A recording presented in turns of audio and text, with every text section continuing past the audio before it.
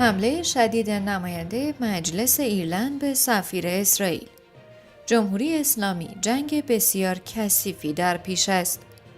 کنایه سنگین مجری به وزیر نفت. سلام، اینجا رها نیوز.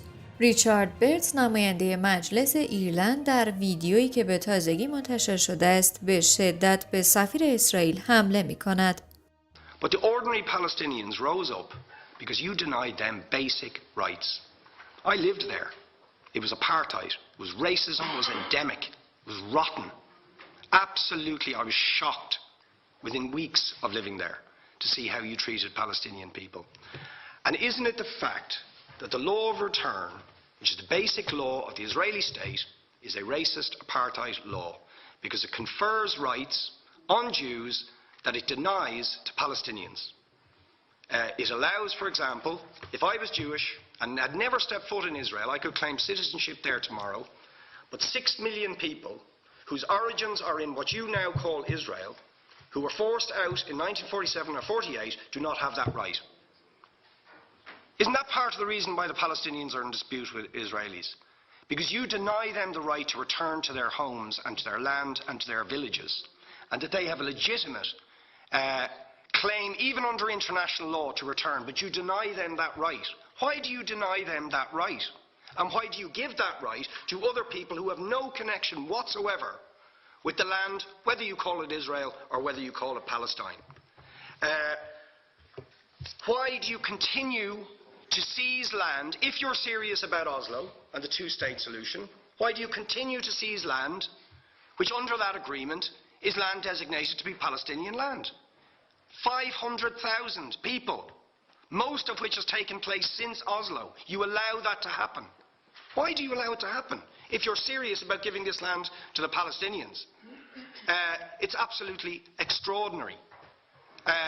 And it just, you must, are you not just taking us, Ambassador, for idiots? That you can say with a straight face, we're serious about peace, but while we're serious about peace, we're going to seize Palestinian land. And you expect the Palestinians to just sit back and do nothing about that. And the world to accept that that is an acceptable way to behave. And you asked earlier on, what could we have some constructive solutions? Now you know what the Palestinian people have been asking for. Far less even than some people would ask for. Because I believe the whole apartheid system should be dismantled. But what they've asked for is to lift the siege of Gaza. Just to lift the siege of Gaza. Let them have an airport. Let them have ports. Let them not be dictated to by a government for whom they do not vote as to what can go in and out of their territories, whether they will have power, whether they will have clean water, whether they will have medicine. What makes you think you're allowed to have nuclear weapons and the fourth biggest army in the world and visit destruction on the people of Gaza, but they have no right to defend themselves? They have no territorial sovereignty over that land. Would you ask questions, please? How do you justify that? Yeah. All right. How do you justify those double standards? روزنامه جمهوری اسلامی در سرمقاله خود نوشت در 5 روز مهلت ثبت نام نامزدهای ریاست جمهوری 45 نفر از مسئولین سابق و لاحق که ترکیبی هستند از رئیس جمهور، رئیس مجلس، رئیس قوه قضاییه، رئیس صدا و سیما، نماینده مجلس، رئیس بانک مرکزی، وزیر و غیره به جمع ثبت نام کنندگان پیوستند و همه گفتند برای نجات کشور آمدیم، ولی هیچ یک از آنها نگفت نجات کشور از چه چیزی و از دست چه کسی. این بزرگترین سوال این روزهای مردم است که این حضرات قصد دارند کشور را از دست چه کسی نجات دهند و مهمترین که اگر کشور در وضعیتی قرار دارد که نیاز به نجات یافتن دارد، آیا خود این افراد از کسانی نیستند که آن را به این وضعیت دچار کردند؟ اگر کسی که 8 سال رئیس جمهور بوده در به وجود آمدن این گرفتاری ها سهمی ندارد، چه کسی تحریم ها را برای این کشور تدارک دیده؟ اگر کسانی که سالها در مجلس بودند سهمی در پدید آمدن وضعیت کنونی ندارند، دیگران چگونه توانستند کشور را دچار این شرایط دشوار کنند؟ کسی که بیش از 40 سال در مناصب قضایی شاهد شکلگیری ناهنجاری‌ها بوده و مانع بروز آنها نشده، حالا چگونه می‌خواهد با آنها مبارزه کند؟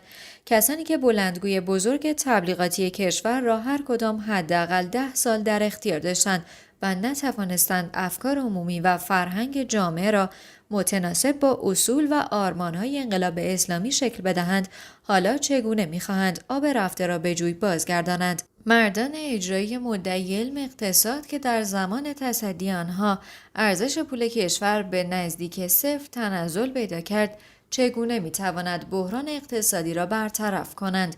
مجمع نشینانی که هنوز نتوانستند تشخیص بدهند FATF به مصلحت کشور است یا نه، آیا می توانند کشتی گرفتار تلاطم کشور را از این دریای پر تلاطم به ساحل نجات برسانند؟ پاسخ این سوالها از نظر مردم منفی است، هرچند خود نامزدها ادعای بسته‌بندی شده در زرورق پیچیده شده را آماده کردند که لابد در فرصت 20 روزه تبلیغات انتخاباتی عرضه خواهند کرد. البته مثل همیشه سر تا سر توجیه و شعارهای بی‌پشتوانه. تفاوت این دوره با دوره‌های گذشته انتخابات ریاست جمهوری این است که شگردهای رایج در فضای مجازی اوج بیشتری گرفته و امکانات فوق‌العاده‌ای را در اختیار نامزدهای ریاست جمهوری و هواداران آنان قرار می‌دهد. آنها از هم‌اکنون جنگ تبلیغاتی علیه همدیگر را آغاز کردند و از لحن‌ها پیداست که جنگ بسیار کثیفی در پیش است. نگرانی اصلی دلسوزان کشور برای مردم است که علاوه بر رنج‌های اقتصادی و ویروس خطرناک کرونا، ناچارند این جنگ کثیف تبلیغاتی را هم تحمل کنند.